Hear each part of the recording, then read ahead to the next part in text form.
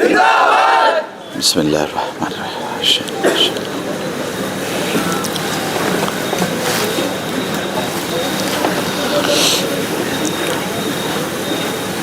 الحمد للہ الحمد للہ الذی ابدع الافلاک والارضین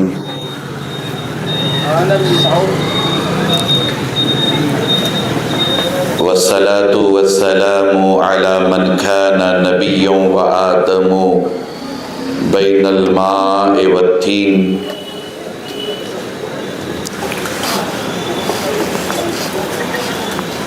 وعلى آله الطيبين والطاهرين وصحبه أجمعين أما بعد فقد قال الله تبارك وتعالى في القرآن الكريم أعوذ بالله من الشيطان الرجيم بسم الله الرحمن الرحيم قد جاءكم من الله نور وكتاب مبين آمنت بالله صدق الله العظيم وصدق رسوله النبي الأمين الكريم ونحن على ذلك لمن الشاهدين والشاكرين والحمد لله رب العالمين وقال في شان حبيبه الكريم عليه التحية والتسليم إن الله وملائكته يصلون على النبي يا أيها الذين آمنوا صلوا عليه وسلموا تسليما اللهم صل على سيدنا مولانا محمد وعلى آل سيدنا ومولانا محمد طب القلوب والدوائها وعافية الأبدان وشفائها والنور الابصار والضيائها وآلہ وصحبہ دائما ابدا سرمدا۔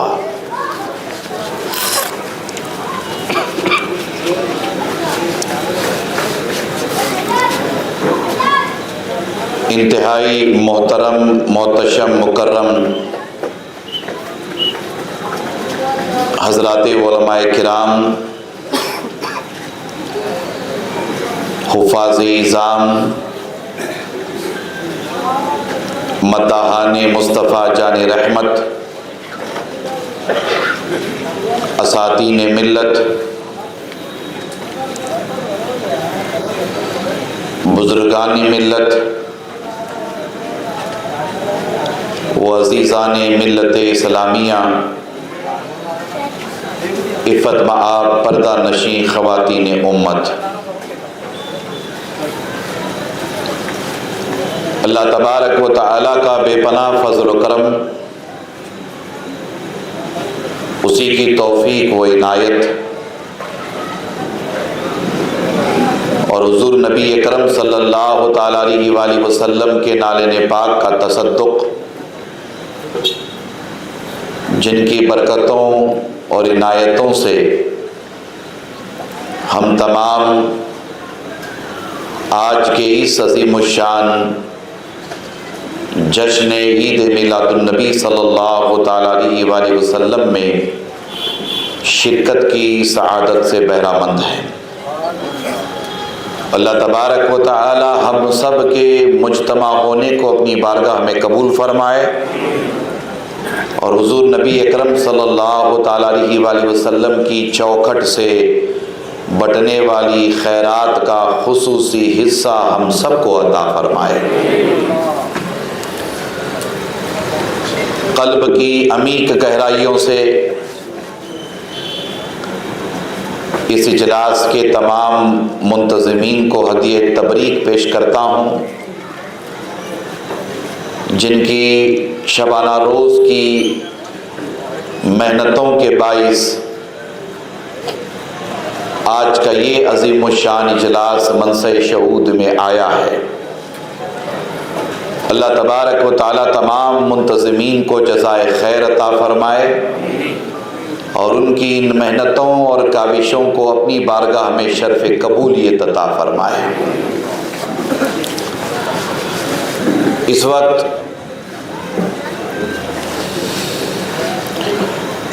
پوری دنیا میں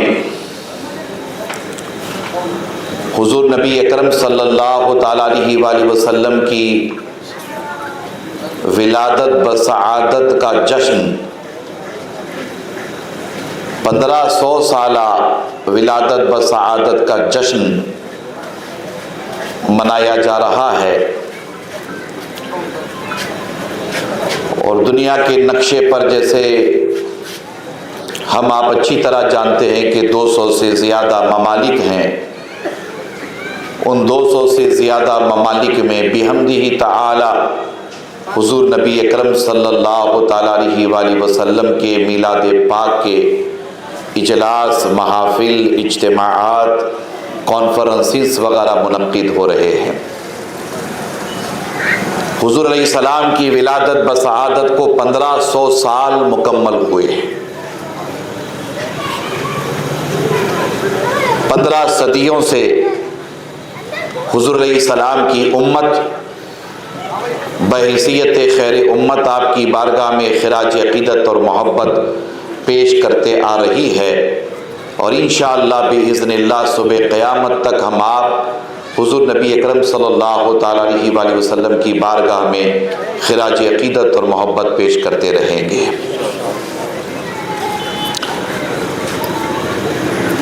عالم اسلام اس وقت بڑے ناگفتہ بھی حالات سے گزر رہا ہے۔ اسٹیج پر علماء اکرام تشریف فرما ہیں، ذمہ داران بھی بیٹھے ہوئے ہیں، اور میرے سامنے بزرگوں کی بھی ایک جماعت موجود ہے، نوجوان بھی تشریف فرما ہیں، ارباب علم و دانش کی بھی میں اس حوالے سے توجہ چاہوں گا کہ بڑے ناگفتہ بھی حالات سے اس وقت عالم اسلام گزر رہا ہے۔ ہم آپ اچھی طرح جانتے ہیں کہ اس وقت فلسطین میں کیا ہو رہا ہے، غزہ میں کیا ہو رہا ہے، بلاد اسلامیہ کن کربناک مراحل سے گزر رہے ہیں، ہم آپ اچھی طرح سے جانتے ہیں۔ وطن عزیز میں بھی حالات ناگفتہ بھی ہیں، کشمیر سے لے کر کنیا کماری تک، گجرات سے لے کر آسام اور بنگال تک، ہر جگہ نفرت نفرت نفرت نفرت نفرت نظر آتی ہے۔ ایسے پرفتن دور میں، پر آشوب دور میں، ریکارڈنگ کر رہے ہیں، میں ان سے گزارش کروں گا کہ آپ اس کو بند کر دیں گے، یہ ڈرون کو بند کر دیں، اس کی ضرورت نہیں ہے بیٹا، آپ ایک مرتبہ لے لیے کافی ہے، آپ ہمیں ڈسٹرب نہ کریں تو بہتر ہوگا۔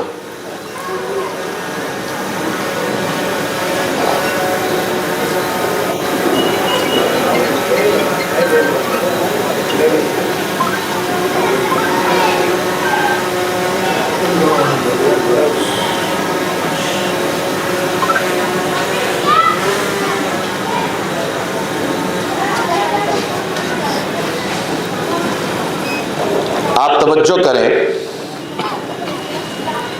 کہ ہر طرف آپ کو نفرت نفرت نفرت نفرت نظر آئے گی۔ وطن عزیز میں بھی حالات ناگفتہ بھی ہیں اس حوالے سے کہ ہمارے اپنے وطن میں ایک ماحول نفرتوں کا بنایا گیا ہے، اور اس نفرتوں کے ماحول کا اثر چھوٹے سے چھوٹے گاؤں سے لے کر بڑے سے بڑے شہر تک ہمیں نظر آتا ہے۔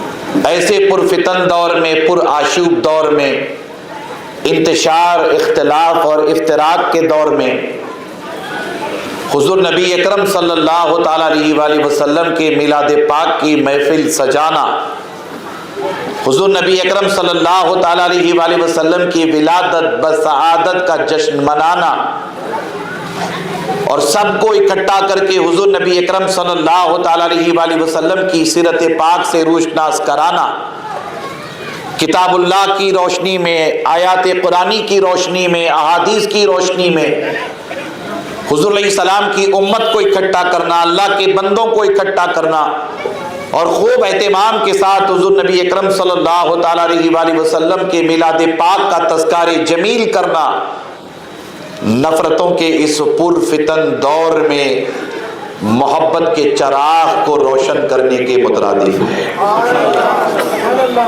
ہم بڑی ذمہ داری کے ساتھ ہمیشہ سے کہتے چلے آ رہے ہیں کتاب اللہ اور سنت رسول اللہ کو سامنے رکھا جائے، کتاب اللہ اور سنت رسول اللہ کی تعلیمات کو سامنے رکھا جائے تو ہمارا دین، ہمارا مذہب ہمیں قطعی طور پر نفرت کا درس نہیں دیتا ہے، ہمارا دین قطعی طور پر ہمیں عداوت کا سبق نہیں پڑھاتا ہے۔ حضور نبی اکرم صلی اللہ تعالیٰ علیہ وآلہ وسلم کی اس دنیا میں تشریف آوری سے قبل دنیا میں ہر جگہ نفرت نفرت نفرت تھی۔ حضور علیہ السلام کے قدوم میمنت لزوم کی، آپ کی ولادت بسعادت کی اور آپ کے میلاد پاک کی یہ برکتیں رہی کہ آپ کے آنے سے اللہ تبارک و تعالیٰ نے نفرتوں کا خاتمہ فرما دیا اور ہر جگہ ہمیں محبت محبت محبت نظر آنے لگی۔ قرآن مجید کی ایک دو نہیں بے شمار آیات شاہد عدل ہیں۔ حضور نبی اکرم صلی اللہ تعالیٰ علیہ وآلہ وسلم کے میلاد پاک کا یہ عظیم الشان اجلاس آپ کے اپنے گاؤں، آپ کے اپنے شہر دولت آباد کے لیے نہیں، حیدرآباد کے لیے نہیں، تلنگانہ کے لیے نہیں، بلکہ پورے بھارت کے لیے سنگ میل کی حیثیت حاصل کرے گا کہ ہم اس نبی پاک کا میلاد منا رہے ہیں جن کی تعلیمات میں نفرت نہیں، محبت ہے، جن کی تعلیمات میں عداوت نہیں، صرف اور صرف پیار ہے، صرف اور صرف محبت ہے۔ یہ پیغام یہاں سے انشاءاللہ تبارک و تعالی ہر جگہ جانا چاہیے، ہر جگہ یہ پیغام پہنچنا چاہیے۔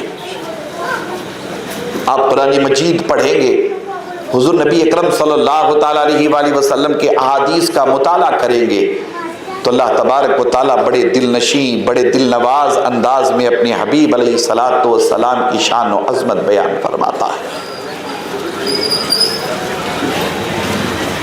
قرآن میں 30 پارے ہیں، 114 سورتیں ہیں، 6666 آیتیں ہیں۔ آپ قرآن مجید کا مطالعہ کریں گے تو آپ کو پتہ چلے گا اللہ تبارک و تعالی جہاں قرآن مجید میں عقیدہ توحید بیان فرماتا ہے، جہاں عقیدہ آخرت کا تذکرہ ملتا ہے، جہاں رب تبارک و تعالی جنت کے احوال کا ذکر فرماتا ہے، جہنم کے ہولناک مناظر کا تذکار قرآن مجید میں موجود ہے، وہیں اللہ تبارک و تعالی قرآن مجید میں بہت ہی دل نشیں اور دل نواز انداز میں اپنے حبیب علیہ الصلاۃ والسلام کی نعت بھی بیان فرماتا ہے۔ جس محبت کے ساتھ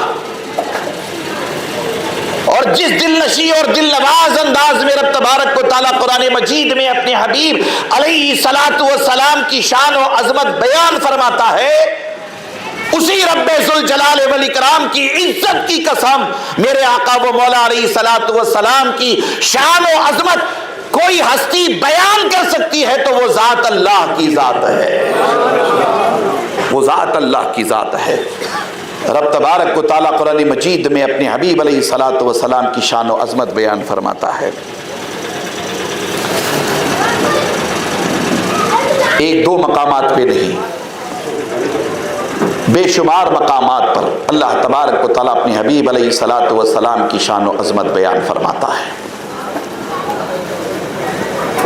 یہی قرآن مجید ہے، اسی قرآن مجید کو آپ اٹھا کر کے پڑھ لیں، اللہ کا یہ مقدس کلام ہماری آپ کی رہبری رہنمائی کرتا ہے اور میں اس مقام پہ رک کر بڑی ذمہ داری کے ساتھ عرض کرتا ہوں کہ حضور علیہ السلام کی شان و عظمت بیان کرنا، حضور علیہ السلام کے چہرے والضحیٰ کا ذکر کرنا، حضور علیہ السلام کے زلف واللیل کا ذکر کرنا، حضور علیہ السلام کے شرح صدر کا ذکر کرنا، حضور نبی اکرم صلی اللہ تعالیٰ علیہ وآلہ وسلم کی زبان مبارک کا تذکرہ کرنا، حضور نبی اکرم صلی اللہ تعالیٰ علیہ وآلہ وسلم کے چشمان اقدس کا ذکر کرنا، آپ کی شان سماعت کا ذکر کرنا، آپ کے نبوت و رسالت والے ہاتھوں کا ذکر کرنا، آپ کے قد زیبا کا ذکر کرنا، حضور علیہ السلام کی شان و عظمت بیان کرنا، یہ اللہ تبارک و تعالیٰ کی بڑی پیاری سنت ہے، اللہ تبارک و تعالیٰ کی بڑی پیاری سنت ہے۔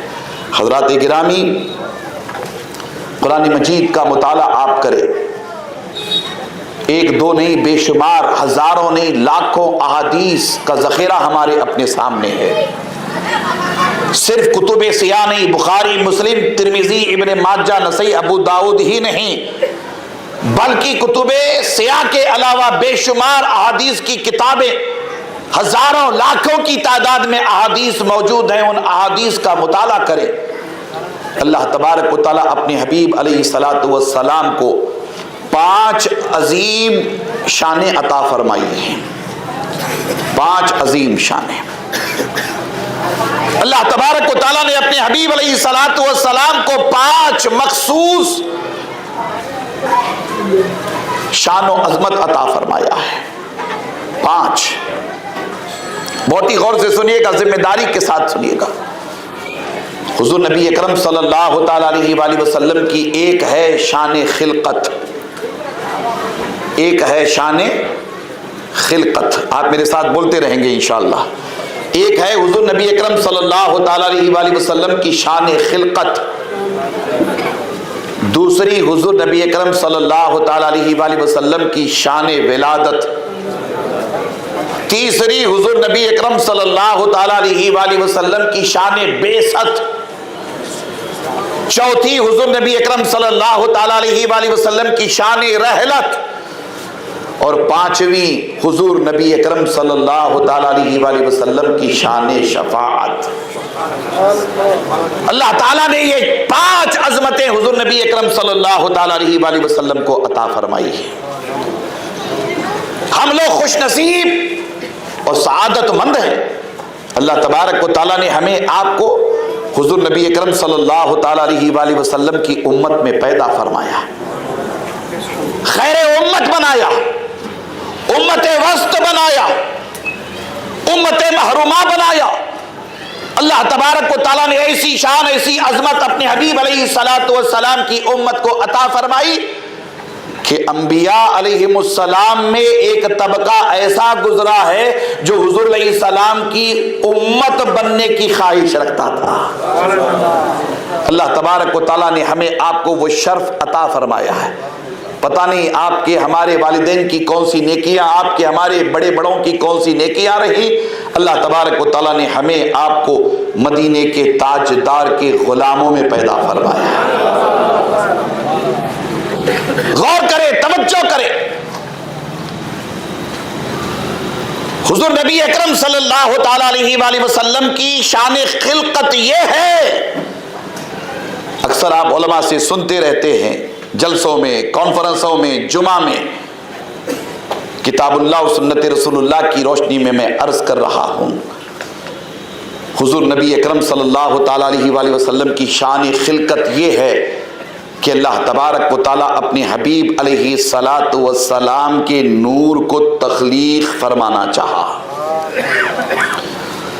حضور نبی اکرم صلی اللہ تعالیٰ علیہ وآلہ وسلم کے نور کو اللہ تبارک و تعالیٰ وجود بخشنا چاہا۔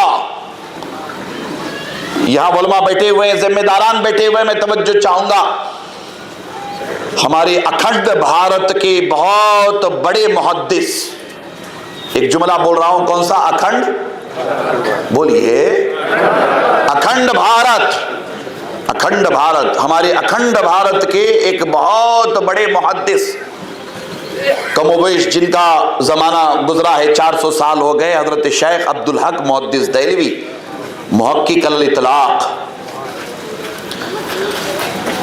جن کی سند حدیث کے بغیر ہمارے اپنے دیش میں کسی کی سند حدیث مکمل نہیں ہوتی، خواہ وہ علماء بریلی ہوں خواہ وہ علماء دیوبند ہوں، کسی کی سند حدیث مکمل نہیں ہوتی۔ ہم سب حضرت شیخ علی الاطلاق کی بارگاہ میں خراج عقیدت اور محبت پیش کرتے ہیں، ہم سب پیش کرتے ہیں۔ شیخ عبدالحق محدث دہلوی رحمۃ اللہ تعالی علیہ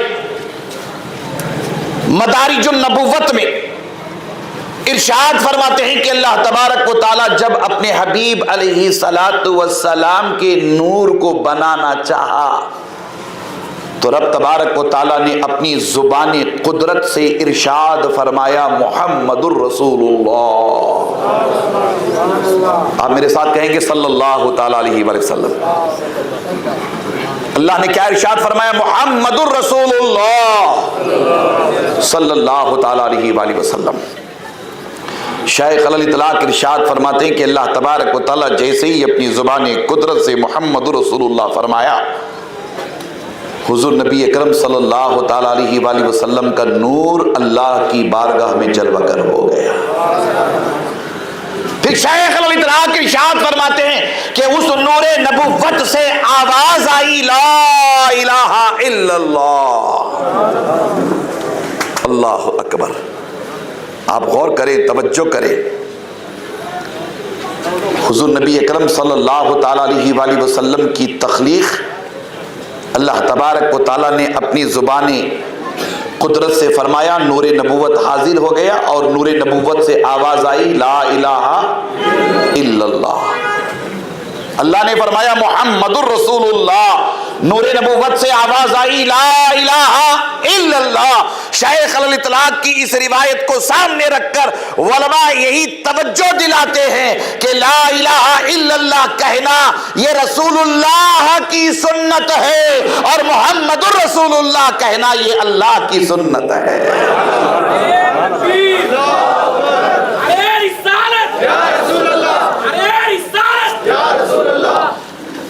اللہ تبارک و تعالیٰ کی بارگاہ میں نور نبوت حاضر ہو گیا۔ اللہ تبارک و تعالیٰ کی بارگاہ میں حضور نبی اکرم صلی اللہ تعالیٰ علیہ وآلہ وسلم کا نور حاضر ہو گیا۔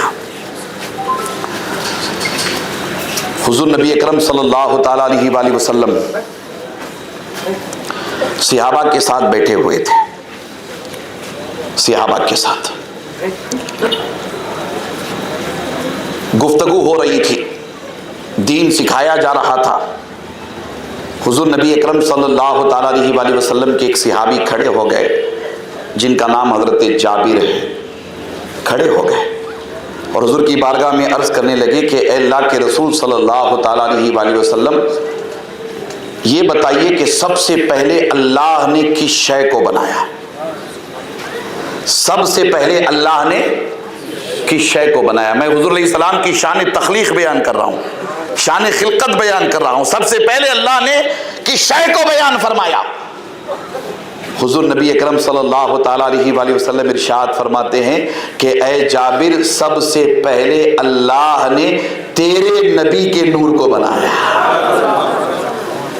پھر میرے آقا و مولا صلی اللہ تعالیٰ علیہ وآلہ وسلم ارشاد فرماتے کہ اے جابر، سب سے پہلے اللہ نے تیرے نبی کے نور کو بنایا اور سب سے پہلے اللہ نے تیرے نبی کے نور کو اپنے نور سے بنایا، اپنے نور سے بنایا۔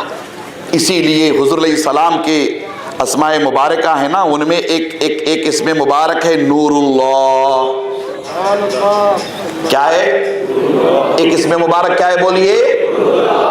دولت آباد میں ہے کسی کا نام نور اللہ؟ نہیں ہے تو نیت کر لیجئے اللہ بیٹا عطا فرمائے تو ہم اس کا نام رکھیں گے نور اللہ، ہے نا؟ نور اللہ، نور اللہ۔ حضور کے اسماء مبارکہ میں ایک اسم مبارک ہے نور اللہ، نور اللہ۔ پھر اسی کو قرآن مجید بیان کرتا ہے قد جاءکم من اللہ نور و کتاب مبین، تحقیق اللہ کی جانب سے نور اور روشن کتاب آئے، ہے نا؟ نور آیا اور روشن کتاب آئی۔ میں بہت تفصیل میں نہیں جانا چاہ رہا ہوں، بس آپ کی توجہ کا طالب ہوں۔ سارے مفسرین اس میں بڑی جماعت، بالخصوص علامہ محمود آلوسی، یہ علماء جانتے اچھی طرح سے، علامہ محمود آلوسی رحمۃ اللہ تعالی علیہ صاحب تفسیر روح المعانی وہ بیان کرتے ہیں کہ اس آیت کریمہ میں نور جس کا ذکر ہو رہا ہے، نور اس سے کوئی اور نہیں حضور علیہ السلام کی ذات مبارکہ ہے، اور روشن کتاب سے مراد کوئی اور کتاب نہیں، قرآن مجید ہے۔ مسلمانوں ہم بڑے خوش نصیب ہیں، سعادت مند ہیں۔ اللہ تبارک و تعالیٰ نے ہمیں نبی دیا تو نور والا نبی دیا، اور کتاب دی تو نور والی کتاب عطا فرمائی۔ اللہ اکبر۔ ہمارے ہاں اندھیرا، بولیے، ہمارے یہاں اندھیرا نہیں ہے، ہمارے یہاں اندھیرا نہیں ہے۔ میں کچھ روایتیں نوٹ کر کے لایا ہوں، وہ آپ کو سنا کر کے آگے بڑھنا چاہوں گا حوالے جات کے ساتھ، اور آپ کی توجہ کا بھی طالب امید ہے کہ آپ توجہ کریں گے انشاءاللہ تعالی۔ ہمارے یہاں اندھیرا نہیں ہے، اندھیرا ہمارے یہاں صرف روشنی ہے، اجالا ہے، اجالا ہے۔ اس لیے مولانا کہ اندھیرے کا تعلق گمراہی سے ہے نا، اندھیرے کا تعلق گمراہی سے، اجالے کا تعلق ہدایت سے ہے۔ رات آپ اپنے گھر کی طرف جا رہے ہو، راستے میں پتہ نہیں پتھر وغیرہ پڑا ہوا ہے، اندھیرا ہے تو ٹھوکر لگی، گر گئے، یہ اندھیرا ہے۔ اور اجالا ہے تو آپ کو پتا چلے گا کہ پتھر ہے راستے میں، تو آپ پتھر سے سائیڈ میں دائیں بائیں سے آپ گزر جائیں گے، گریں گے نہیں۔ اسی لیے بڑی ذمہ داری کے ساتھ بار بار یہ سبق پڑھایا جاتا ہے۔ الحمدللہ ہم جس نبی کا میلاد مناتے ہیں، جس نبی کی سیرت کے تذکرے کرتے ہیں، جس نبی کی شان و عظمت بیان کرتے ہیں، جس نبی کی عظمتوں کے گن گاتے ہیں، اور جس نبی کا جشن مناتے ہیں، اللہ نے اس نبی کو نور والا نبی بنایا، اور اس نور والے نبی کو کوئی ظلمت والی نہیں، نور والی ایسی عظیم کتاب عطا فرمائی جسے کتاب مبین کہا جاتا ہے کہ اے مسلمانوں تمہاری شان بڑی نرالی ہے، اللہ نے تمہیں نور والا نبی عطا فرمایا اور روشن کتاب عطا فرمائی تاکہ تم نبی علیہ السلام کی اور قرآن مجید کی تعلیمات کی روشنی میں چلو تو دولت آباد سے منزل مقصود تک پہنچ جاؤ۔ ہم بڑے خوش نصیب ہیں، بڑے سعادت مند ہیں۔ اللہ تبارک و تعالیٰ نے اپنی حبیب علیہ الصلاۃ والسلام کو نور بنایا، اور پھر حضور نبی اکرم صلی اللہ تعالیٰ علیہ وآلہ وسلم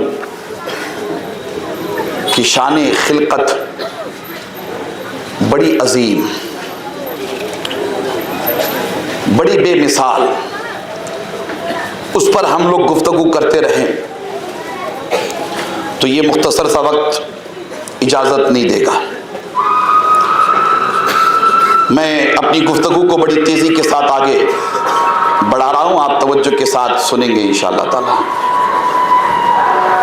حضرات گرامی، اللہ تبارک و تعالیٰ قرآن مجید میں اپنے حبیب علیہ الصلاۃ والسلام کی جہاں نورانیت اور آپ کی شان و عظمت بیان فرماتا ہے، وہیں اللہ تبارک و تعالیٰ قرآن مجید میں حضور نبی اکرم صلی اللہ تعالیٰ علیہ وآلہ وسلم کی شان و عظمت بھی بیان فرماتا ہے۔ حضور علیہ السلام کی ولادت بسعادت کی شان و عظمت بیان فرماتا ہے۔ حضور نبی اکرم صلی اللہ تعالیٰ علیہ وآلہ وسلم کی سیرت پاک کے عظیم گوشوں کا ذکر فرماتا ہے۔ ہم قرآن مجید جیسے جیسے پڑھتے جائیں گے حضور علیہ السلام کی شان و عظمت ہمارے آپ کے سامنے واضح ہوتے چلی جائے گی۔ ایسے ہی آپ آگے بڑھیں تو قرآن مجید میں اللہ تبارک و تعالیٰ بڑے دل نشیں، بڑے دل نواز انداز میں اپنے حبیب علیہ الصلاۃ والسلام کی ولادت بسعادت کی شان و عظمت بھی بیان فرمائی۔ صرف حضور علیہ السلام کی ولادت بسعادت کی شان و عظمت نہیں، بلکہ قرآن مجید میں اللہ تبارک و تعالیٰ مختلف انبیاء کرام علیہم السلام کی ولادت بسعادت کا تذکرہ فرمایا۔ بالخصوص قرآن مجید آپ پڑھیں گے تو آپ کو پتہ چلے گا کہ اللہ تبارک و تعالیٰ حضرت سیدنا عیسیٰ روح اللہ، حضرت عیسیٰ روح اللہ، ان کی شان و عظمت کا تذکار جمیل اللہ تبارک و تعالیٰ نے قرآن مجید میں فرمایا۔ علماء جانتے اچھی طرح سے سورۃ آل عمران اٹھائیے، پڑھیے، حضرت عیسیٰ علیہ السلام کی ولادت و سعادت کی عظمتوں کا بیان سیدہ مریم سلام اللہ علیہا کے حوالے سے، حضرت عیسیٰ علیہ السلام کی ولادت و سعادت کے حوالے سے بڑے دل نشین، بڑے دل نواز انداز میں اللہ تبارک و تعالیٰ قرآن مجید میں بیان فرماتا ہے۔ حضرت یحییٰ علیہ السلام کی ولادت کا ذکر قرآن مجید میں اللہ تبارک و تعالیٰ حضرت ابراہیم علیہ السلام کی ولادت کا ذکر فرماتا ہے۔ ایسے ہی رب تبارک و تعالیٰ قرآن مجید میں اپنی حبیب علیہ السلام کی ولادت و سعادت کا ذکر فرماتا ہے اور ارشاد فرماتا ہے وما ارسلناک الا رحمتا للعالمین۔ اے حبیب مکرم صلی اللہ تعالیٰ علیہ وآلہ وسلم، ہم نے آپ کو سارے عالمین کے لیے رحمت تمام بنا کر بھیجا۔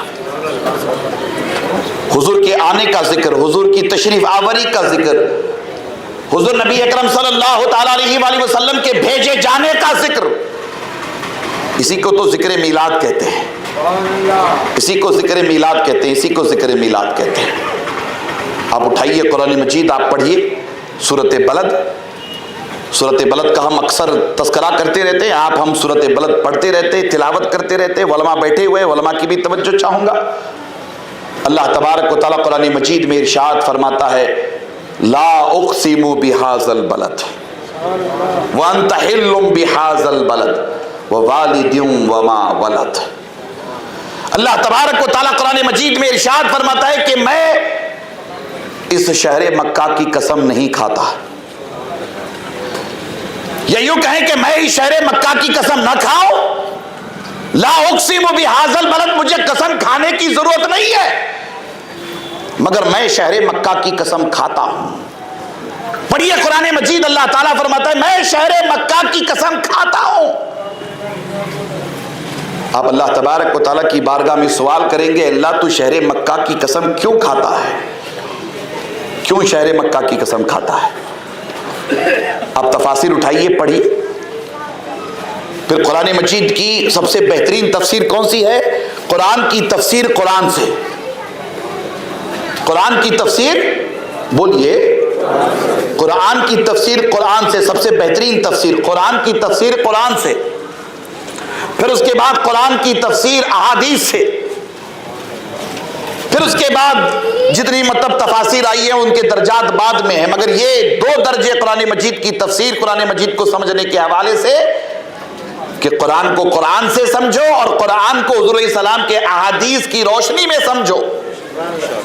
لا اقسم بہذا البلد، اے محبوب مکرم صلی اللہ تعالیٰ علیہ وآلہ وسلم، آپ کی شان، آپ کی عظمت کتنی نرالی ہے۔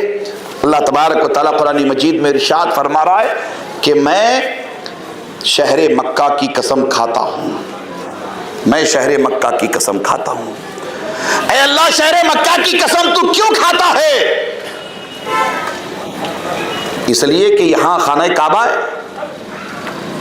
اللہ تعالیٰ فرماتا ہے نہیں، خانہ کعبہ کی وجہ سے میں شہر مکہ کی قسم نہیں کھاتا ہوں۔ اے اللہ، تو شہر مکہ کی قسم مطاف کی وجہ سے کھاتا ہے؟ کہ مطاف کی وجہ سے بھی نہیں۔ اے اللہ، تو شہر مکہ کی قسم حجر اسود کی وجہ سے کھاتا ہے؟ کہ حجر اسود کی وجہ سے بھی نہیں۔ صفا مروہ کی وجہ سے؟ کہ صفا مروہ کی وجہ سے بھی نہیں۔ آب زمزم کی وجہ سے؟ کہ آب زمزم کی وجہ سے بھی نہیں۔ مزراب رحمت کی وجہ سے؟ باب کعبہ کی وجہ سے اللہ تو شہر مکہ کی قسم کھاتا ہے؟ کہا نہیں۔ مقام ابراہیم کی وجہ سے؟ کہا نہیں۔ رکن یمانی، رکن شامی، رکن عراقی، اس کی وجہ سے کھاتا ہے شہر مکہ کی قسم؟ اللہ تعالیٰ فرماتا ہے نہیں، اس کی وجہ سے بھی نہیں۔ مینا، عرفات، مزدلفہ لوگ حج کرنے کے لیے آتے ہیں، اس لیے شہر مکہ کی قسم کھائی جا رہی ہے؟ کہا نہیں۔ اے اللہ، شہر مکہ کی قسم تو ان میں سے کسی وجہ سے نہیں کھا رہا ہے، نہ خانہ کعبہ کی وجہ سے، نہ مطاف کی وجہ سے، نہ مقام ابراہیم کی وجہ سے، نہ آب زمزم کی وجہ سے، نہ صفا کی وجہ سے، نہ مروہ کی وجہ سے، نہ مینا کی وجہ سے، نہ عرفات کی وجہ سے، نہ مزدلفہ کی وجہ سے۔ اے اللہ، تو شہر مکہ کی قسم کیوں کھا رہا ہے؟ آگے قرآن ہماری آپ کی رہبری رہنمائی کرتا ہے۔ لا اقسم بہذا البلد، میں شہر مکہ کی قسم صرف اور صرف اس لیے کھا رہا ہوں کہ اس شہر مکہ میں میرا محبوب رہتا ہے۔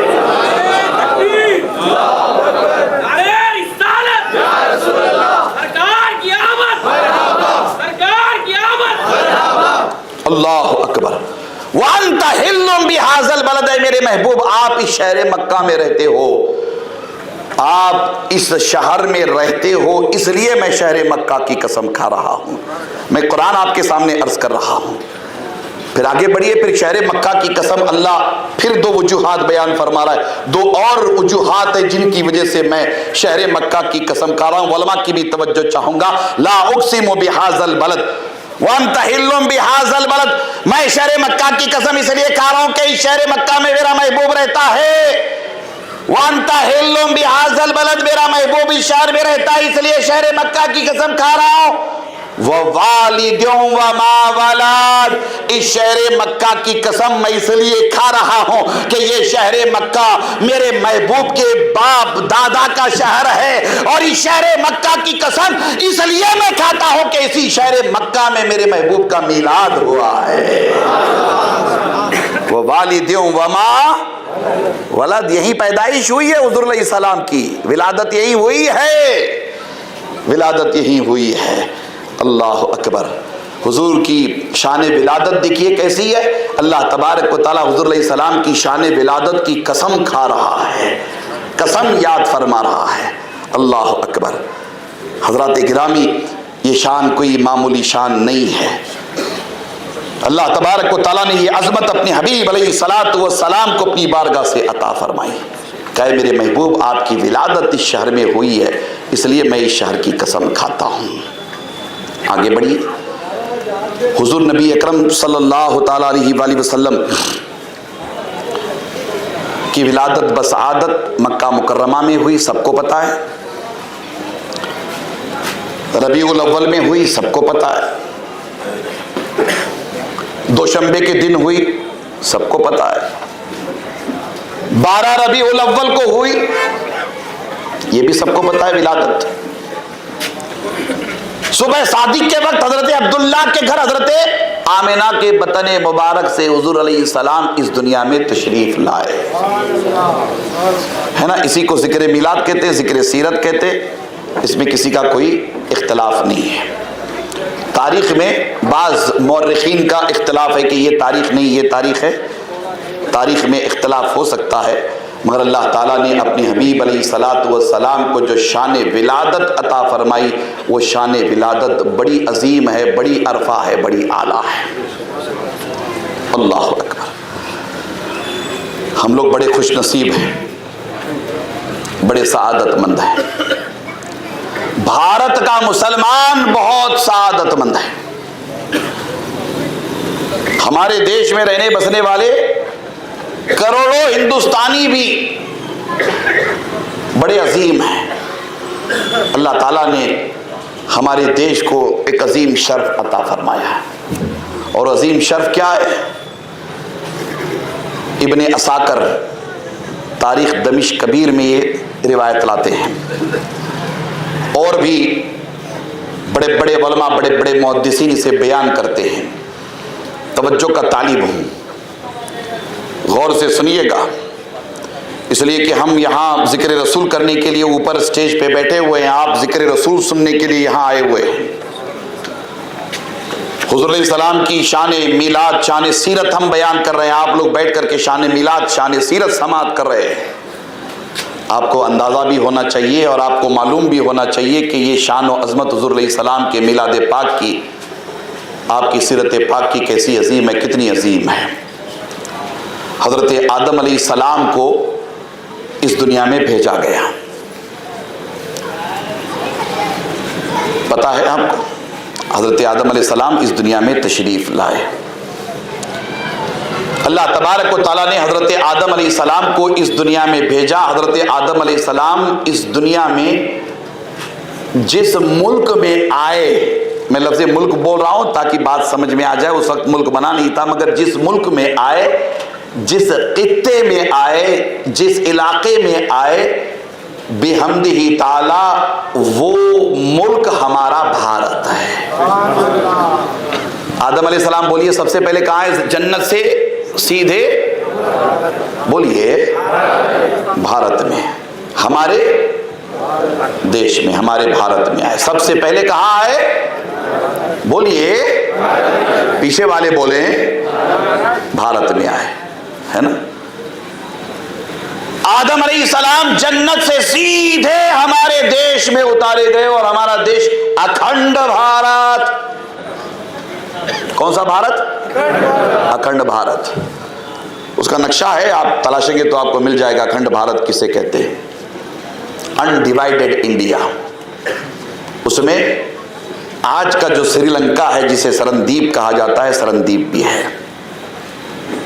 حضرت آدم علیہ السلام کا نزول اللہ کی بارگاہ سے یہاں ہوا. آپ یہاں تشریف لائے، نازل ہوئے. زمین پر جب آئے، دن گزرا، رات آئی تو پریشان ہونے لگے، اس لیے کہ جنت میں رات نہیں ہے. یہ آپ کو پہلے ہی سے پتا چلے، ورنہ وہاں جانے کے بعد آپ رات کو تلاشیں گے رات کہاں ہے. جنت میں رات بولیے نہیں ہے. جنت میں صرف نور ہی نور ہے، اجالا ہی اجالا ہے.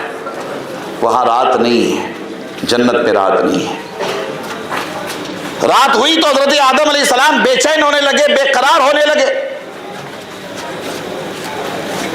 اللہ تبارک و تعالیٰ نے حضرت جبرائیل سے فرمایا کہ اے جبرائیل، میرا آدم جنت میں رہا ہے، اب زمین پہ اتارا گیا ہے. اے جبرائیل، رات ہو گئی، اندھیرا ہو گیا، میرا آدم بے چین بے قرار ہو رہا ہے، جاؤ جا کر کے میرے آدم کی بے چینی بے قراری دور کر دو. غور سے سنیے گا.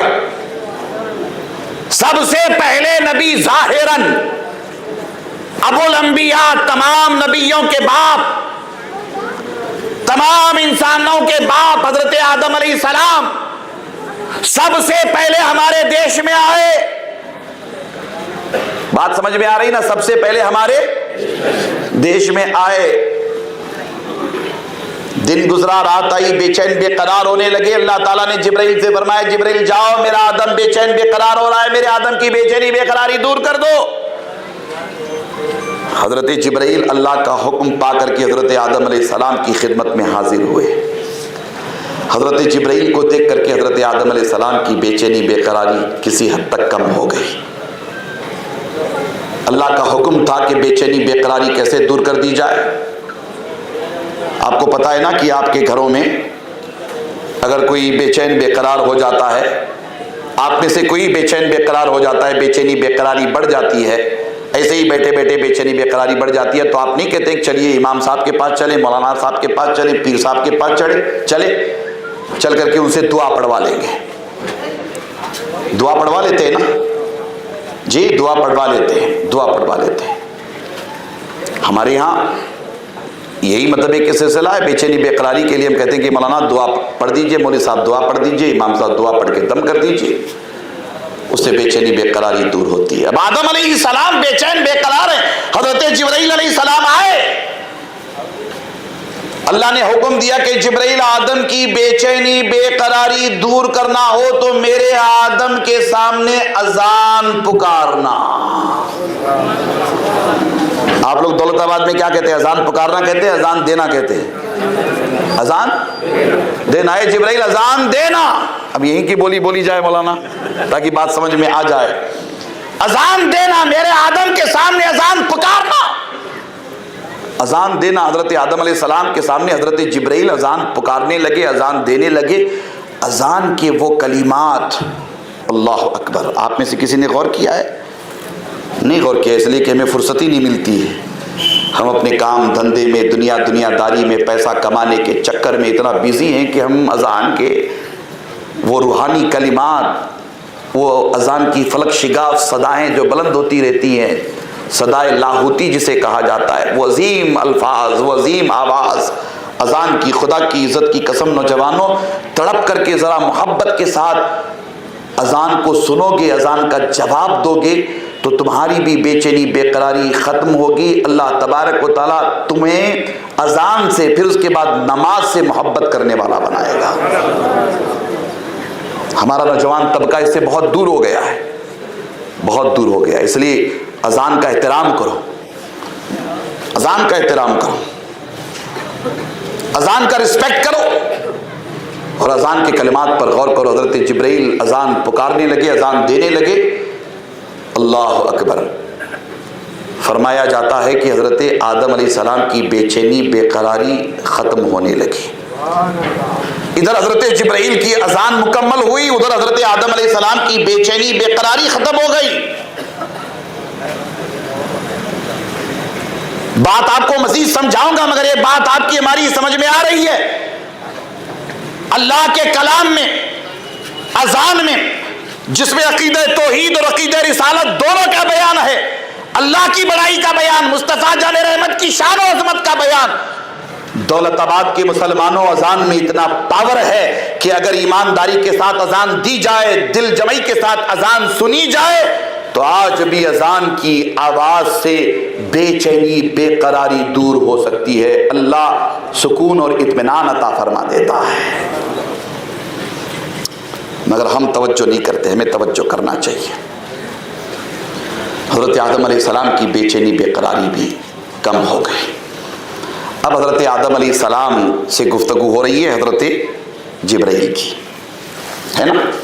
تو یہاں رک کر کے میں آپ کو مزید اس طرف لے جانا چاہتا ہوں جہاں آپ تھوڑی سی توجہ کریں گے تو اپنی قسمت پہ ناز کریں گے۔ علماء بھی بیٹھے ہوئے، غور سے سنیے گا۔ سب سے پہلے حضرت آدم علیہ السلام کے قدم ہمارے بھارت میں پڑے، ہے نا؟ سب سے پہلے آدم علیہ السلام کے قدم ہمارے دیش میں آئے، اکھنڈ بھارت میں آئے، اور سب سے پہلے حضرت جبرائیل ہمارے ہی دیش میں آئے۔ اور نوجوان اگر توجہ کر رہے تو اپنی قسمت پہ ناز کریں گے، سب سے پہلی اذان ہمارے بھارت میں ہی دی گئی۔ اسی لیے ہم کہتے ہیں کہ اسلام بھارت میں باہر سے نہیں آیا، اسلام پہلے دن سے بھارت میں ہے نا؟ اسلام پہلے دن سے، بولیے، بھارت میں ہے، پہلے دن سے بھارت۔ آدم علیہ السلام آئے تو اسلام ہی لے کر آئے، اور سب سے پہلی اذان ہمارے دیش میں ہوئی ہے، اور انشاءاللہ قیامت تک ہوتی، بولیے انشاءاللہ، بولیے۔ آپ لوگ ڈرے ہوئے تو نہیں ہے نا؟ انشاءاللہ تعالی قیامت تک ہمارے دیش میں اذان ہوتی رہے گی، انشاءاللہ، انشاءاللہ۔ پھر تیسری بات، حضرت آدم علیہ السلام سے حضرت جبرائیل کی گفتگو ہونے لگی۔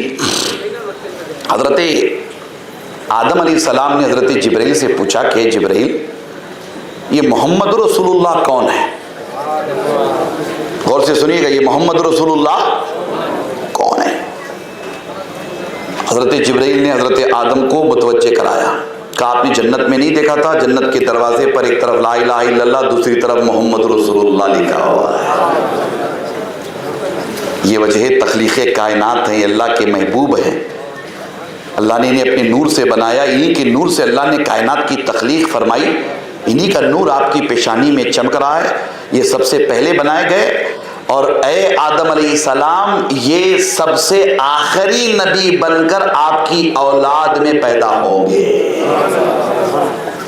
سب سے آخری نبی بن کر، تمام نبیوں کے امام، تمام نبیوں کے سردار، خاتم الانبیاء بن کر آپ ہی کی اولاد میں پیدا ہوں گے۔ یہ تذکرہ حضرت جبرائیل کر رہے ہیں حضرت آدم علیہ السلام کے سامنے، تو حضرت آدم علیہ السلام کے سامنے گویا حضرت جبرائیل حضور علیہ السلام کے میلاد پاک کی شان و عظمت بیان فرما رہے ہیں۔ تو پتہ چلا سب سے پہلے آدم ہمارے بھارت میں آئے، سب سے پہلے حضرت جبرائیل ہمارے بھارت میں آئے، سب سے پہلے اذان ہمارے بھارت میں دی گئی، اور سب سے پہلے میلاد ہمارے بھارت میں منایا گیا۔ اللہ اکبر، سب سے پہلے میلاد، بولیے، ہمارے بھارت میں میلاد کہتے کسے؟ حضور کی شان و عظمت کا بیان، حضور کی ولادت کا بیان، حضور کی تشریف آوری کا بیان، حضور کی سیرت کا بیان۔ اور بڑی شان و عظمت دیکھیے کیسی ہے حضور کے میلاد کی، کہ سب سے پہلے میلاد ہمارے دیش میں منایا گیا، اور میلاد کی شان و عظمت بیان کرنے والے جبرائیل، اور میلاد کی شان و عظمت سننے والے حضرت آدم علیہ السلام۔ اللہ اکبر، یہ ہمارے لیے، آپ کے لیے بڑے شرف کی بات ہے، بہت بڑے شرف کی بات ہے۔ حضرات گرامی، حضور نبی اکرم صلی اللہ تعالیٰ علیہ وآلہ وسلم کی شان ولادت جس قدر ہم آپ بیان کرتے چلے جائیں گے وہ کم ہے، جس قدر بیان کرتے چلے جائیں۔ آپ اٹھائیے احادیث کی کتابیں، ان میں میں حوالے جات کے طور پر آپ کو سناؤں تو آپ اپنی قسمت پہ رشک کریں گے، ناز کریں گے۔ اللہ تبارک و تعالیٰ نے اپنے حبیب علیہ الصلوۃ والسلام کو شان ولادت کیسی عطا فرمائی ہے، یہ امام مسلم اپنی صحیح میں روایت لاتے ہیں، کتاب الصیام میں باب استجاب صیام میں یہ روایت لاتے ہیں، حضرت امام مسلم صحیح مسلم میں روایت لاتے ہیں۔ اللہ کے رسول صلی اللہ تعالیٰ علیہ وآلہ وسلم ہر پیر کو روزہ رکھتے تھے، بولیے ہر پیر کو روزہ رکھتے تھے۔ صحابہ اکرام رضوان اللہ تعالیٰ علیہ مجمعین حضور علیہ السلام کی اطاعت اور اتباع میں وہ بھی روزہ رکھنے لگے۔ اب صحابہ کی شان بڑی نرالی، حضور کی اطاعت اتباع میں ہمیشہ آگے آگے آگے رہتے تھے، ہر پیر کو روزہ رکھنے لگے۔ ایک موقع پر کسی صحابی نے حضور علیہ السلام کی خدمت میں سوال کیا، اے اللہ کے رسول آپ ہر پیر کو روزہ کیوں رکھتے ہیں؟ ہر پیر کو روزہ کیوں رکھتے ہیں؟ حضور نبی اکرم صلی اللہ تعالیٰ علیہ وآلہ وسلم ارشاد فرماتے ہیں کہ پیر کے دن میں روزہ اس لیے رکھتا ہوں کہ پیر کے دن اللہ نے میرا میلاد فرمایا ہے، پیر کے دن اللہ نے میرا میلاد فرمایا ہے۔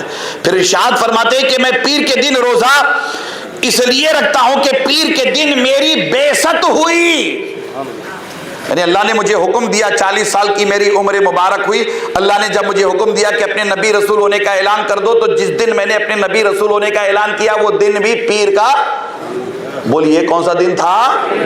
پیر کا دن تھا۔ پھر حضور نبی اکرم صلی اللہ تعالیٰ علیہ وآلہ وسلم ارشاد فرماتے کہ سب سے پہلی وحی جس دن مجھ پر نازل ہوئی وہ پیر کا دن تھا۔ پیر کے دن میں روزہ رکھتا ہوں اس لیے کہ پیر کے دن میری ولادت ہوئی، پیر کے دن میں روزہ رکھتا ہوں اس لیے کہ پیر کے دن میری بعثت ہوئی، اور پیر کے دن میں روزہ رکھتا ہوں اس لیے کہ پیر کے دن سب سے پہلی وحی مجھ پر نازل ہوئی۔ مولانا ترتیب دیکھیں کتنی شاندار ہے، پہلے ولادت کا بیان، پھر اس کے بعد بعثت کا بیان، پھر اس کے بعد نزول وحی کا بیان۔ ترتیب کتنی شاندار ہے، پہلے ولادت کا بیان، پھر بعثت کا بیان، پھر نزول وحی کا بیان۔ حضور نبی اکرم صلی اللہ تعالیٰ علیہ وآلہ وسلم کو اپنی ولادت بسعادت سے، اپنے میلاد سے، اپنے میلاد کے تذکرے سے اتنی محبت تھی کہ پیر کے دن روزہ رکھنے کی نسبت کو پہلے اپنی ولادت کی طرف کیا، پھر اس کے بعد بعثت کا ذکر کیا، پھر اس کے بعد نزول قرآن کا ذکر کیا۔ بات یہاں سے آپ کی ہماری سمجھ میں یہ آتی ہے کہ پہلے میلاد ہے، بعد میں بعثت ہے، بعد میں نزول قرآن ہے۔ حضور کی ولادت ہوئی، حضور اس دنیا میں تشریف لائے، بہت ہی غور سے سنیے گا، حضور کی شان ولادت کتنی عظیم ہے۔ حضور اس دنیا میں تشریف لائے تو آپ کی ولادت بسعادت کے صدقے میں اللہ تبارک و تعالیٰ نے ہمیں آپ کو اسلام عطا فرمایا۔ حضور کا میلاد ہوا، حضور علیہ السلام کی ولادت کے صدقے و طفیل میں اللہ تبارک و تعالیٰ نے ہمیں آپ کو ایمان عطا فرمایا، قرآن عطا فرمایا، نماز عطا فرمائی، روزہ عطا فرمایا، زکوٰۃ کا نظام عطا فرمایا، حج کی سعادت عطا فرمائی۔ اللہ تبارک و تعالیٰ نے ہمیں آپ کو عقیدہ توحید، عقیدہ رسالت، عقیدہ آخرت عطا فرمایا، اور اللہ تبارک و تعالیٰ نے حضور کے میلاد کے صدقے و طفیل میں ہم سب کو مسلمان بنایا۔ ایمانداری سے بتائیے کہ یہ ساری بہاریں حضور کی تشریف آوری سے ہے نا؟ ہے نا؟ حضور کی تشریف آوری سے یہ ساری بہاریں ہیں۔ آج پوری دنیا میں اسلام کی جو رونق عظمت ہمیں آپ کو نظر آتی ہے، یہ حضور کے میلاد پاک کا تصدق ہے، یہ حضور کے میلاد پاک کا فیضان ہے۔ مسجد کے میناروں سے اذان کی فلک شگاف صدائیں بلند ہوتی ہے، اللہ اکبر اللہ اکبر اللہ اکبر اللہ اکبر۔ مسجد کے میناروں سے یہ فلک شگاف اذان کی صدائیں اس بات کی گواہی دیتے ہیں کہ اذان کی یہ نعمت اللہ نے مسلمانوں کو حضور کے میلاد کے صدقے میں عطا فرمائی ہے۔ آپ اس دنیا میں تشریف لائے تو یہ ساری نعمتیں ملی۔ ہم آپ بہت ہی اہتمام کے ساتھ رمضان گزارتے، یہ شان رمضان، یہ عظمت رمضان، یہ نعمت رمضان اللہ نے حضور کے میلاد کے صدقے میں ہمیں آپ کو عطا فرمایا ہے۔ حضور نبی اکرم صلی اللہ تعالیٰ علیہ وآلہ وسلم کی ولادت ہوئی، تو بڑی عجیب و غریب شان و عظمت تھی، بڑے معجزات اس وقت بھی ظاہر ہوئے، مہر العقول واقعات ظاہر ہوئے۔ سیدہ آمنہ فرماتی ہے کہ ہم نے دیکھا کہ حضور علیہ السلام کی ولادت بسعادت ہوئی، چھوٹا سا نورانی بچہ، اللہ اکبر، بڑی عجیب و غریب شان کے ساتھ میرا بیٹا اس دنیا میں آیا۔ سیدہ فرماتی ہے کہ میں نے دیکھا میرا بیٹا ولادت کے ساتھ ہی اپنا سر سجدے میں رکھ کر اللہ کی حمد و ثنا بیان کر رہا ہے، امت کے لیے دعا کر رہا ہے، اللہ کی حمد و ثنا بیان کر رہا ہے۔ حضور نبی اکرم صلی اللہ تعالیٰ علیہ وآلہ وسلم کا میلاد اور حضور علیہ السلام کا سر سجدے میں لے جانا، یعنی یہ کہ ولادت کے ساتھ ساتھ اللہ کی بارگاہ میں سجدہ کرنا، اس کے بڑے گہرے تعلقات ہیں۔ حضور نبی اکرم صلی اللہ تعالیٰ علیہ وآلہ وسلم کے میلاد سے ایک پیغام پوری دنیا کو دیا جا رہا ہے کہ اے مسلمانوں، حضور نبی اکرم صلی اللہ تعالیٰ علیہ وآلہ وسلم کا میلاد منانے والوں، حضور کی سیرت کے جلسے کرنے والوں، حضور کی عظمتوں کے گن گانے والوں، حضور کی شان و عظمت بیان کرتے رہنا، مگر پہلے اللہ کی بارگاہ میں سجدہ کرنا، پہلے اللہ کی بارگاہ میں سجدہ کرنا، پہلے اللہ کی بارگاہ میں سجدہ کرنا۔ اللہ اکبر۔ ہم لوگ اس طرف کم متوجہ ہیں، ہماری توجہ مسجدوں کو ہمیشہ آباد کرنے کی طرف ہونی چاہیے، ہماری فکر ہمیشہ مسجدوں کو آباد کرنے کی ہونی چاہیے۔ 5 وقتہ نماز کی پابندی، اور 5 وقتہ نماز میں خاص طور پر فجر کی نماز کی پابندی، میں اکثر توجہ دلاتا رہتا ہوں ہمارے نوجوانوں کو کہ اس کے بغیر کامیابی کامرانی ممکن نہیں ہے۔ اللہ تبارک و تعالیٰ نے اپنے حبیب علیہ الصلوۃ والسلام کی امت کی کامیابی 5 وقتہ نماز میں رکھی ہے، بالخصوص نماز فجر میں رکھی ہے، نماز فجر میں رکھی ہے۔ ہمیں اس طرف خصوصی توجہ کرنے کی ضرورت ہے۔ حضرات گرامی، حضور نبی اکرم صلی اللہ تعالیٰ علیہ وآلہ وسلم کے میلاد پاک کے جلسے میں ہم آپ حاضر ہیں۔ یہ عظیم جلسہ ہمارے لیے، آپ کے لیے بڑی اہمیت کا حامل و مالک ہے۔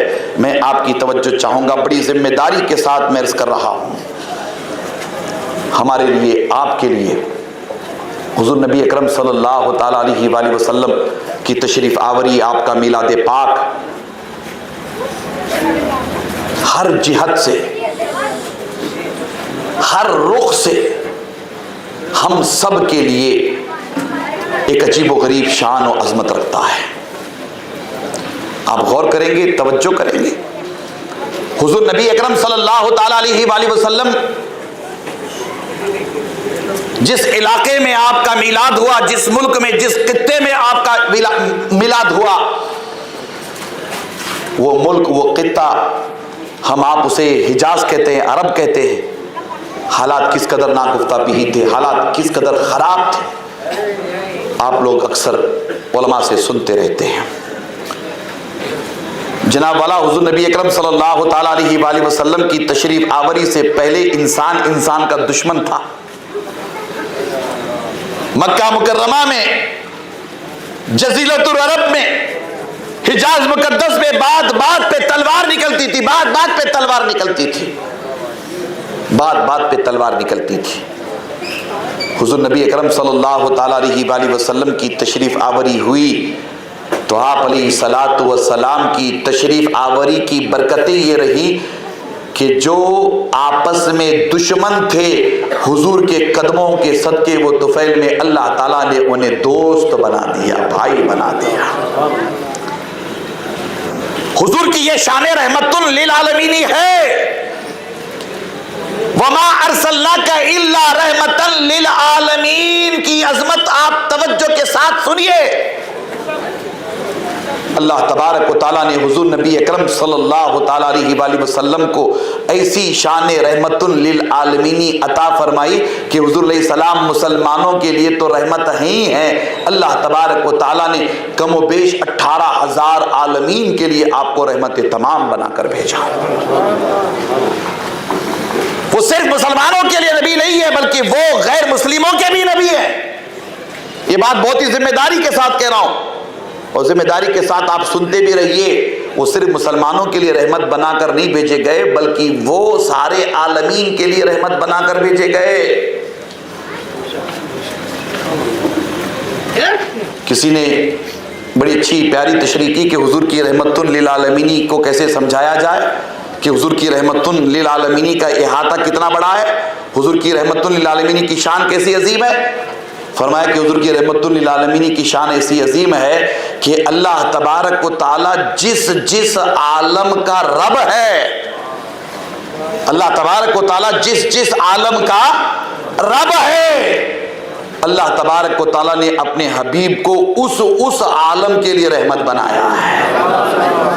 اسی لیے کسی شاعر نے بڑی پیاری بات کہی کہ وہ ہر عالم کی رحمت ہیں، وہ ہر عالم میں رہتے ہیں، یہ ان کی مہربانی ہے کہ یہ عالم پسند آیا۔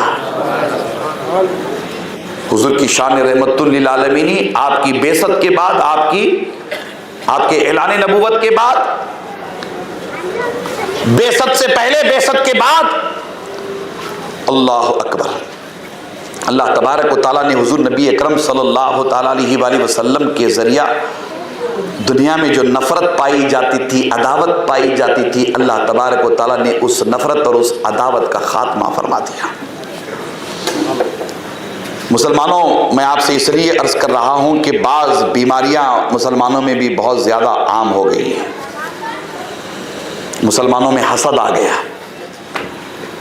مسلمانوں میں گھمنڈ آ گیا، مسلمانوں میں تکبر آ گیا، مسلمانوں میں غیبت آ گئی، مسلمانوں میں چغلی آ گئی، مسلمانوں میں کہنا نہیں چاہیے منافقت آ گئی۔ حلال اور حرام کے درمیان ہم تمیز کرنا بھول گئے۔ یہ ساری بیماریاں ہمارے دین کو، ہمارے ایمان کو، بلکہ ہماری روحانیت کو کھوکھلا کر رہی ہے، کھوکھلا۔ اللہ اکبر، اس قدر حالات ناگفتہ بھی ہے کہ بیٹا باپ کی عزت نہیں کرتا، بیٹی ماں کی عزت نہیں کرتی، چھوٹے بڑوں کا احترام نہیں کرتے، بڑے چھوٹوں کے ساتھ شفقت سے پیش نہیں آتے۔ ہمارے یہاں اس قدر یہ بیماریاں عام ہوتی چلی جا رہی ہیں، عام ہوتی چلی جا رہی ہیں، اللہ کی پناہ۔ حضور نبی اکرم صلی اللہ تعالیٰ علیہ وآلہ وسلم کا ہم آپ میلاد منا رہے ہیں۔ حضور کی شان و عظمت پڑھتے رہیے، سنتے رہیے، آگے بڑھتے رہیے۔ حضور کی پوری 63 سالہ حیات طیبہ اٹھا کر کے دیکھ لیجئے، حضور کی 63 سالہ حیات طیبہ میں آپ کو کہیں نفرت اور کہیں عداوت نظر نہیں آئے گی۔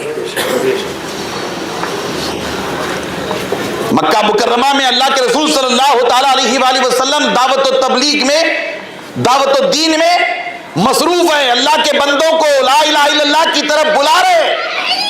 اللہ کی بارگاہ میں سربت سجود ہیں تو کفار مشرکین آپ کے جسد اقدس پر جانوروں کی اوجڑی لا کر ڈال دیتے تھے، کوڑا کرکٹ لا کر ڈال دیتے تھے، آپ کے گلے میں رسی ڈال کر کے آپ کو پکڑ کے ایسے گھسیٹتے تھے، آپ کے گلے مبارک، آپ کے گردن مبارک میں ورم آ جاتا تھا، آپ کو تکلیف دی جاتی تھی۔ ایک موقع پر سیدہ فاطمہ سلام اللہ علیہا حاضر ہوتی ہیں اور عرض کرتی ہیں کہ اللہ کے رسول ان کے لیے بد دعا کر دیجئے، یہ جو ظالم آپ کو تکلیف دے رہے ہیں، اللہ کے رسول ان کے لیے بد دعا کر دیجئے۔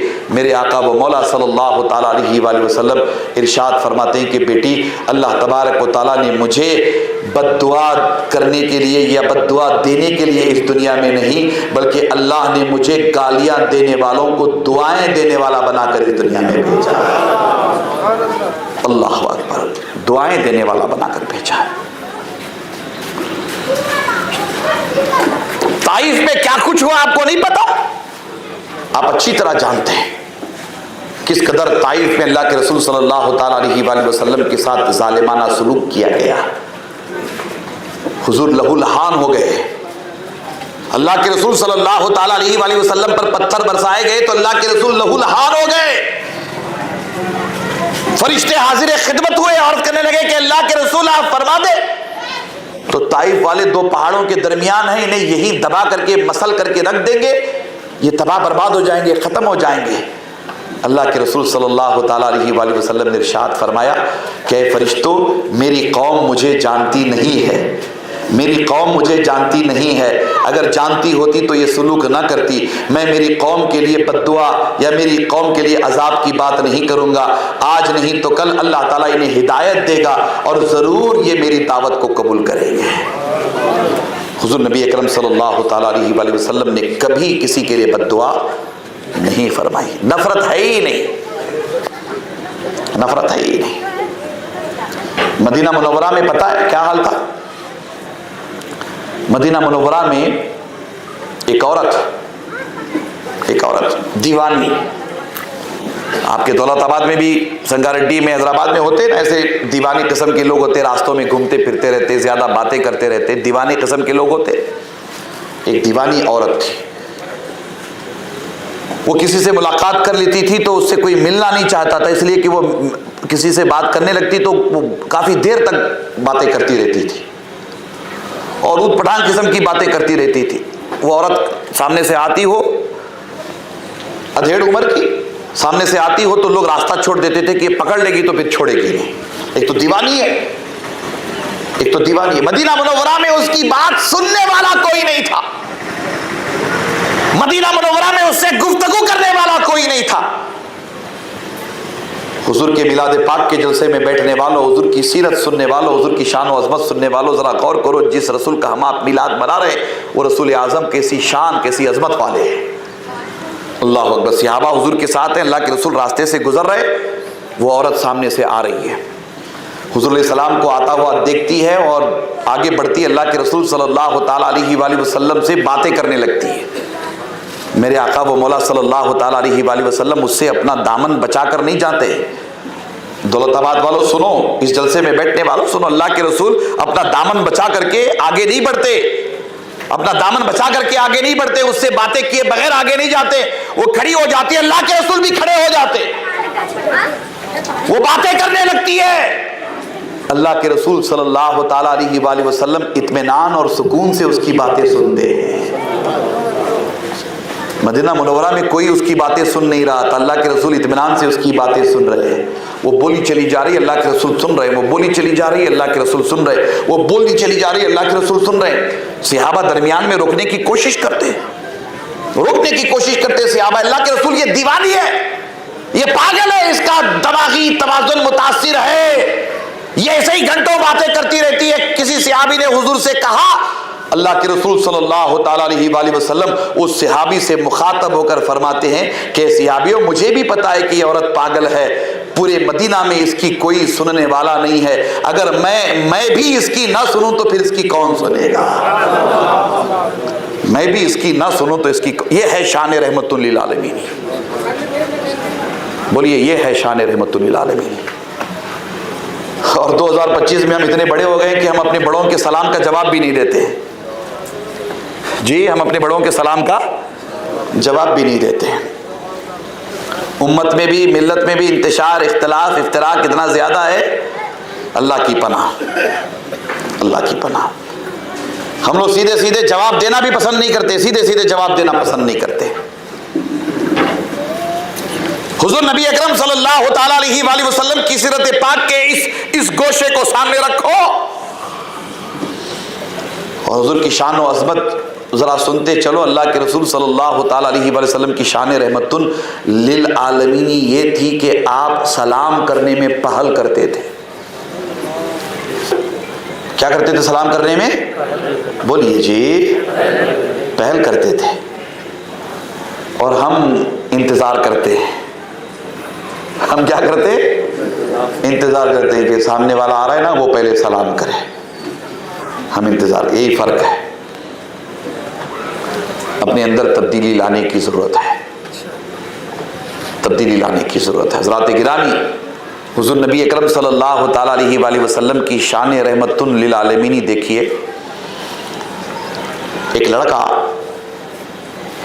یہودی لڑکا، حضور نبی اکرم صلی اللہ تعالیٰ علیہ وآلہ وسلم کے درس میں آ کر کے اکثر بیٹھا کرتا تھا مسجد نبوی میں۔ تھا وہ یہودی، حضور کی درس میں آ کر کے بیٹھتا تھا، اور حضور نبی اکرم صلی اللہ تعالیٰ علیہ وآلہ وسلم سے اسے بڑی محبت تھی۔ میرے آقا و مولا صلی اللہ تعالیٰ علیہ وآلہ وسلم کا چہرہ وہ دہا ایسا نورانی تھا کہ دشمن بھی دیکھ لیتے تھے تو محبت کرنے لگ جاتے تھے، دشمن بھی دیکھتے تھے۔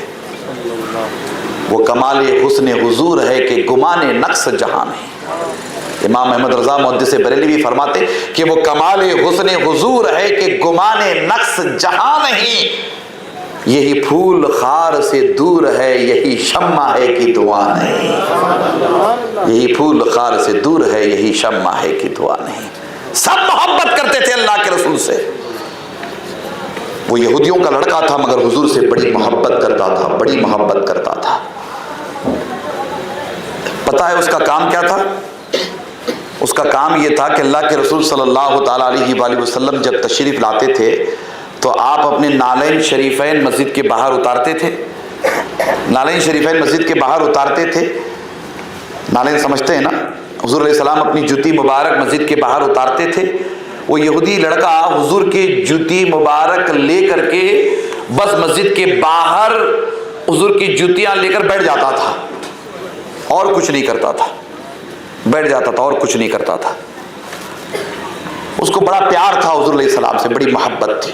جب اللہ کے رسول جانے لگتے تو پھر مطلب یہ کہ جوتیاں لا کر حضور کے قدمین شریفین میں رکھ دیتا تھا۔ حضور علیہ السلام بھی اس یہودی کے لڑکے سے بڑی محبت فرماتے تھے۔ اللہ اکبر۔ ایک دن وہ نظر نہیں آیا۔ حضور نبی اکرم صلی اللہ تعالیٰ علیہ وآلہ وسلم نے پوچھا کہ وہ یہودی لڑکا نظر کیوں نہیں آ رہا ہے؟ ذرا غور سے سنیے گا۔ حضور کی سیرت پاک ہے، 2025 کے دور میں ہم ہیں، سوشل میڈیا کے دور میں، اور اس ایسے دور میں ہے جس دور میں دین محسوس ہو رہا ہے کہ دینی حمیت مسلمانوں کے درمیان متاثر ہوتی چلی جا رہی ہے، جذبہ متاثر ہوتا چلا جا رہا ہے۔ یہود و نصارہ کے نقش قدم پر ہم لوگ چلنے والے بن گئے، یورپین امریکن کلچر کو اپنانے والے بن گئے۔ ذرا سا غور سے سنیے گا۔ وہ لڑکا نظر نہیں آیا یہودیوں کا تو اللہ کے رسول نے اپنے صحابہ سے پوچھا، اے صحابی وہ لڑکا یہودیوں کا روزانہ آیا کرتا تھا، آج کیوں نہیں آیا؟ آج کیوں نہیں آیا؟ میں پوری روایت آپ کو بیان کروں گا مگر آپ کی توجہ چاہ رہا ہوں۔ حضور کی سیرت پاک ہم آپ بیان کرتے رہتے، سنتے رہتے، حضور کی شان و عظمت۔ ہمارے مسجد کے اماموں کو ایسی عظمتوں والا ہونا چاہیے کہ اگر ان کا مقتدی مسجد میں نظر نہ آئے تو وہ اس مقتدی کے بارے میں پوچھے کہ مقتدی کیوں نظر نہیں آیا۔ یہ بات غور سے سنیے گا۔ ہمارے پیروں کو چاہیے کہ ان کا مرید اگر نظر نہ آئے تو اپنے مرید سے متعلق پوچھے کہ ہمارا مرید کہاں ہے، کیوں نظر نہیں آ رہا۔ آپ کے بھائیوں میں، آپ کے دوستوں میں کوئی دوست آپ کا نظر نہ آئے تو آپ اپنے دوستوں کے بارے میں پوچھنے والے بنے کہ ہمارا دوست نظر کیوں نہیں آ رہا ہے۔ حضور کی یہ سنت مبارکہ، اللہ کے رسول صلی اللہ تعالیٰ علیہ وآلہ وسلم کا اس یہودی لڑکے سے کیا رشتہ؟ یہی نا رشتہ انسانیت ہے۔ حضور رحمت للعالمین ہے، حضور کی شان رحمت للعالمین ہی ہے۔ اللہ کے رسول پوچھتے ہیں صحابہ سے کہ وہ یہودی لڑکا کہاں ہے؟ اللہ اکبر۔ صحابہ حضور کی بارگاہ میں عرض کرتے ہیں اللہ کے رسول وہ بیمار ہوا ہے اسی لیے نہیں آ پایا۔ حضور نبی اکرم صلی اللہ تعالیٰ علیہ وآلہ وسلم خدا کی عزت کی قسم اپنے صحابہ کو اپنے ساتھ لے کر کے اس یہودی کے گھر جاتے ہیں۔ اور پتہ ہے آپ کو یہود و نصارہ اسلام کی روز اول سے دشمن ہے، روز اول سے دشمن ہے۔ یہود و نصارہ اسلام کی روز اول سے دشمن ہے، پیغمبر اسلام کے دشمن ہے۔ اپنے صحابہ کو لے کر اللہ کے رسول صلی اللہ تعالیٰ علیہ وآلہ وسلم اس یہودی کے گھر جاتے اس کا مزاج پوچھنے کے لیے۔ دولت آباد والوں، ہم آپ 2025 میں اتنی ترقی کر گئے ہیں کہ سگا بھائی بیمار ہوتا ہے تو ہمارے پاس ٹائم نہیں ہے اس کی عیادت کے لیے، بہن بیمار ہوتی ہے تو ہمارے پاس ٹائم نہیں ہے اس کی مزاج پرسی کے لیے، پڑوسی بیمار ہوتا ہے تو ہمارے پاس وقت نہیں ہے اس کی مزاج پرسی کے لیے۔ چونکہ آج کل دور موبائل کا ہے، واٹس ایپ کا ہے، ہم فون کر لیتے ہیں، فون کر کے توفیق دے اللہ تو مزاج پوچھ لیتے ہیں کہ طبیعت کیسی ہے آپ کی، مزاج کیسا ہے آپ کا، اتنا پوچھ لیتے ہیں۔ حضور کی سیرت کو سامنے رکھ کر کے ذرا اپنا محاسبہ کیجئے، جائزہ لیجئے، ہم آپ کہاں کھڑے ہیں، ہماری آپ کی زندگی بندگی کیسے گزر رہی ہے۔ حضور علیہ السلام اس کے گھر گئے، آپ یقین جانیں کہ حضور اس کے گھر گئے تو گھر والوں کی خوشی کی انتہا نہیں تھی. بولیے گھر والوں کی خوشی کی انتہا نہیں تھی. وہ یہودی دیکھ کر اللہ کے رسول کو بے پناہ خوش ہوتا ہے. وہ یہ سمجھ رہا تھا کہ حضور نبی اکرم صلی اللہ تعالیٰ علیہ وآلہ وسلم ہمیں اپنا دشمن سمجھتے ہیں. اللہ کے رسول گھر گئے. اللہ اکبر. وہ یہودیوں کا لڑکا بستر پہ لیٹا ہوا تھا, شدید بیمار تھا, بستر مرگ پہ تھا, اور مرض اتنا شدید تھا کہ اس کا انتقال کبھی بھی ہو سکتا تھا. اللہ کے رسول اس کے قریب گئے. حضور علیہ السلام کو دیکھ کر کے وہ بے پناہ خوش ہوا, بے انتہا خوش ہوا. اس کی خوشی کی انتہا نہیں تھی. اللہ کے رسول اس کے سر پہ ہاتھ پھیرتے, پیشانی پہ ہاتھ رکھتے ہیں. آپ اندازہ لگائیں دولت آباد والوں, وہ یہودی لڑکا کتنا خوش نصیب ہوگا جس کے سر پر اللہ کے رسول نے اپنا دست مبارک رکھا ہو. کتنا خوش نصیب ہوگا. اللہ اکبر. اس کے گھر گئے ہیں, وہ یہودی کتنا خوش نصیب ہوگا. ہم تو وہ شعر پڑھنے میں ہی رہ گئے نا کہ سنا ہے آپ ہری کاشی کے گھر تشریف لاتے ہیں, میرے گھر میں بھی ہو جائیں چراغاں یا رسول اللہ. خواب میں حضور کا دیدار کرنے کی آرزو تمنا ہم سب کی ہے. کاش ہماری زندگی ایسی ہوتی, ہماری بندگی ایسی ہوتی, ہمارے خواب ایسے ہوتے. اللہ اکبر. حضور علیہ السلام اس کے سر پہ ہاتھ پھیرتے ہیں اور میرے آقا و مولا صلی اللہ علیہ وسلم اس یہودی لڑکے سے کہتے ہیں کہ بیٹا کلمہ پڑھ لے اور مسلمان ہو جا. کلمہ پڑھ لے اور مسلمان ہو جا. وہ یہودی لڑکا, اس کا باپ کھڑا تھا اس کے پائیں. وہ یہودی لڑکا اپنے باپ کو دیکھتا ڈر رہا تھا. دل میں محبت تو پہلے ہی سی تھی, مگر ڈر رہا تھا اپنے باپ کو دیکھ کر کے, ڈر رہا تھا. اس کا باپ, اس کی بھی خوشی کی انتہا نہیں تھی. وہ اشاروں میں کہتا ہے کہ بیٹا رحمت للعالمین جو فرما رہے ہیں اس پر عمل کرو.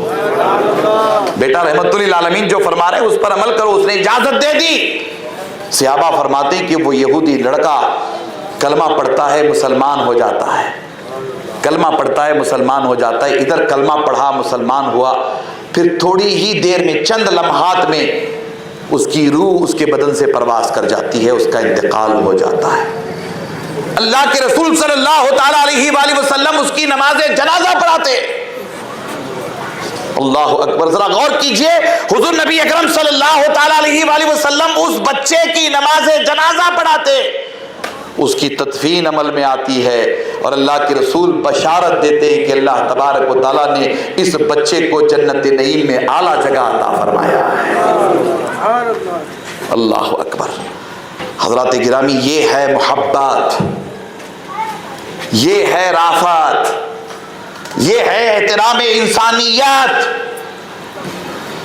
ہم آپ حقوق اللہ تو ادا کر رہے ہیں, 5 وقت نماز کے پابند بن گئے بحمدہ تعالی, بہت اچھی بات ہے. رمضان کے روزے بھی رکھ رہے ہیں, بہت اچھی بات ہے. زکوٰۃ بھی دے رہے ہیں, یہ بھی بہت اچھا عمل ہے. حاجی صاحب ہو گئے, بہت اچھی بات ہے. حقوق اللہ ادا کرنے میں ہم نے کوئی کسر نہیں چھوڑی ہے. حضور علیہ السلام کے میلاد پاک, آپ کی سیرت پاک کی تعلیمات کیا ہیں؟ حقوق اللہ کے ساتھ ساتھ حقوق العباد بھی ادا کیجیے. حقوق العباد بھی ادا کیجیے.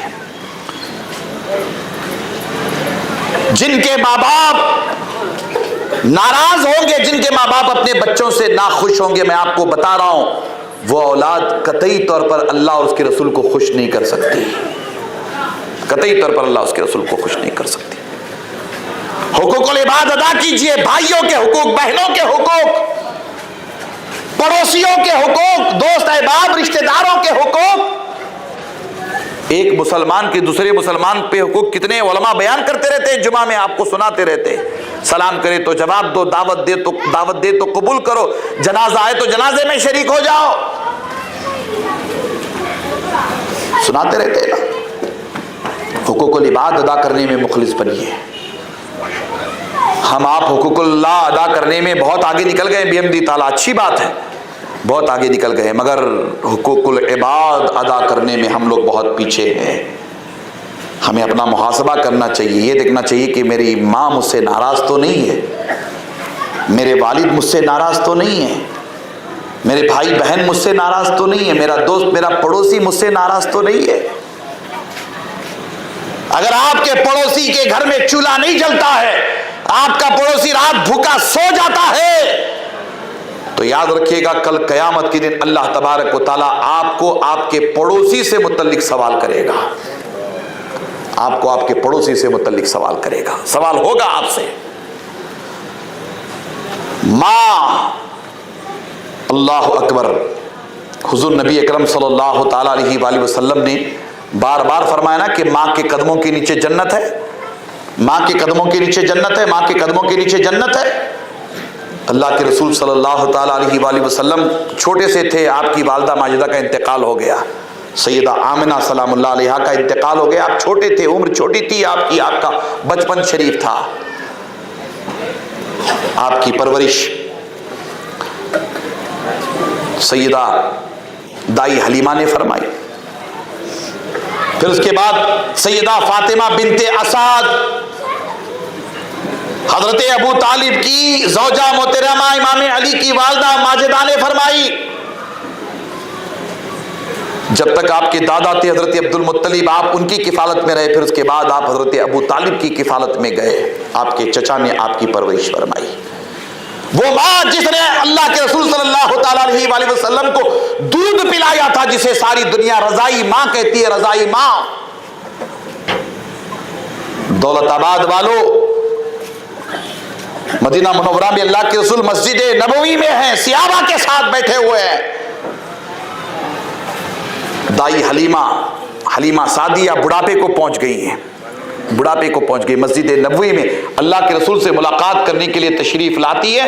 مسجد نبوی میں جیسے ہی دائی حلیمہ کو اللہ کے رسول آتا ہوا دیکھتے ہیں، صحابہ فرماتے ہیں کہ حضور علیہ السلام اپنی دودھ پلانے والی ماں کی تعظیم اور احترام میں کھڑے ہو جاتے ہیں، کھڑے ہو جاتے ہیں. اور آج ہمارا حال یہ ہے کہ گھر میں ہماری ماں، ہمارے والد ہمارے سامنے سے آتے جاتے رہتے ہیں، اور یہ بے ادب اولاد ٹانگ پہ ٹانگ ڈال کے بیٹھی رہتی ہے، ٹانگ پہ ٹانگ ڈال کے بیٹھے رہتی ہے. ہم اپنے ماں باپ کا ادب احترام نہیں کر پائے، خاک ہم اللہ کے رسول کا ادب احترام کر پائیں گے. پھر صحابہ فرماتے ہیں کہ جیسے ہی دائی حلیمہ اندر آئی مسجد میں، اللہ کے رسول نے انہیں آگے بلایا، اور آگے بلا کر ایک صحابی فرماتے ہیں کہ حضور نبی اکرم صلی اللہ تعالیٰ علیہ وآلہ وسلم کے دوش مبارک پر